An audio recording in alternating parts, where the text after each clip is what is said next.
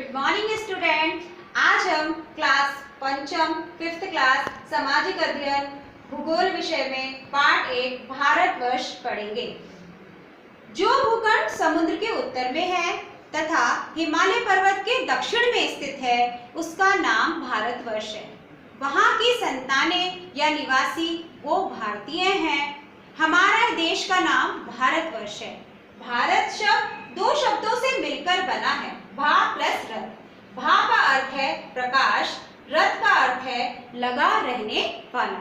प्रकाश अर्थात ज्ञान की खोज तथा उसके प्रसार में लगा रहने वाला देश। इसीलिए प्राचीन काल में हमारे देश को जगत गुरु के नाम से जाना जाता था। संपूर्ण देश के लोग यहाँ शिक्षा प्राप्त करने के लिए आते थे। नालंदा एवं तक्षशिला इस देश के प्राचीन विश्वविद्यालय में से एक थे जो बहुत ही विख्यात थे। हमारे वेद, हमारे पुराण, उपनिषद तथा अन्य ग्रंथ ज्ञान के भंडार हैं। ज्ञान के साथ साथ वीरता में भी भारत देश किसी से कम नहीं था। शकुंतला का वीर पुत्र भरत बचपन से शेर शावकों के साथ खेलता रहता था। उनके दांतों को गिना किया करता था। बड़ा होकर वह वीर प्रतापी राजा बना।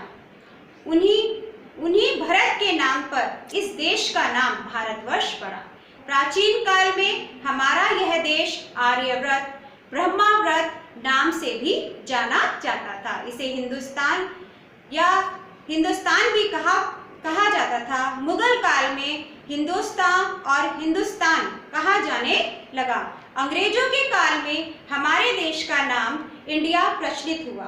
उत्तर के हिमालय से लेकर दक्षिण में हिंद महासागर तक, पश्चिम में पाकिस्तान से लेकर पूर्व में म्यांमार तक हमारे देश का विस्तार था। परंतु किसी समय हमारे देश की जो भौगोलिक सीमाएं थी वो बहुत दूर दूर तक फैली हुई थी।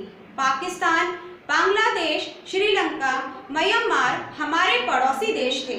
ये सभी गत 100 वर्षों के अंदर ही हमारे देश से अलग या पृथक हुए हैं। अनेक देशों में हमारे प्राचीन मंदिर व संस्कृति के प्रतीक चिन्ह आज भी मिलते हैं। भारत एक प्राचीन देश है। भारतीय संस्कृति सभ्यता विश्व में सबसे पुरानी है। इसके धन्य, ध्यान और समृद्धि की कहानियां संसार में प्रचलित हैं। विश्व के सभी देशों से व्यापार सोने की चिड़िया के नाम से जाना जाता था। यहाँ सोने, चांदी, हीरे, जवाहरात, पन्ना आदि बहुमूल्य धातु पर्याप्त मात्रा में उपलब्ध थे। अनाज, मसाले, मेवे, फल बहुत ही अधिक मात्रा में प्राप्त होते थे। आज भी अपने देश का विश्व में विशेष स्थान है। हम अपने देश भारत को भारत माता कहकर पुकारते हैं। यह हमारी भारत माता है। इस भूमि की गोद में हमारा जन्म हुआ है। इसी के अन्न और जल से हमारा पालन पोषण हुआ है। इसी भूमि पर हम खेल कूद कर बड़े हुए हैं। उत्तर में, जैसा कि अब आप इस चित्र में भारत माता की फोटो देख रहे हैं, इसमें भारत माता को एक महिला के रूप में प्रकट किया गया है और उसे इस प्रकार इस अलंकार से संबोधित किया गया है। उत्तर में कश्मीर भारत माता का स्वर्ण मुकुट के समान था। पर्वतमालाएं भारत माता के केश हैं। दिल्ली हृदय तथा पूर्व पश्चिम क्षेत्र विशाल भुजाओं के रूप में विद्यमान है। हिमाचल प्रदेश कटि प्रदेश के रूप में प्रचलित है। पूर्वी और पश्चिमी घाट माँ की जांघाएं हैं। दक्षिण में सागर माँ के चरण प्रखारता अर्थात धोता रहा है। जल से भरी विभिन्न नदियां, पहाड़ियां, वन आदि भारत माता के आभूषण हैं। हरा भरा मैदान हरी साड़ी के रूप में शोभामान है।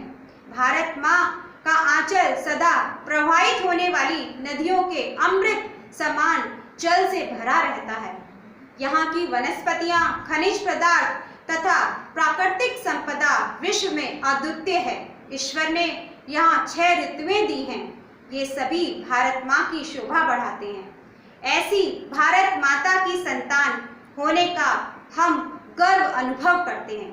अपने ऐसे श्रेष्ठ देश की विभिन्नताओं, विशेषताओं एवं उपलब्धियों का वर्णन हम आगामी पाठों में पढ़ेंगे।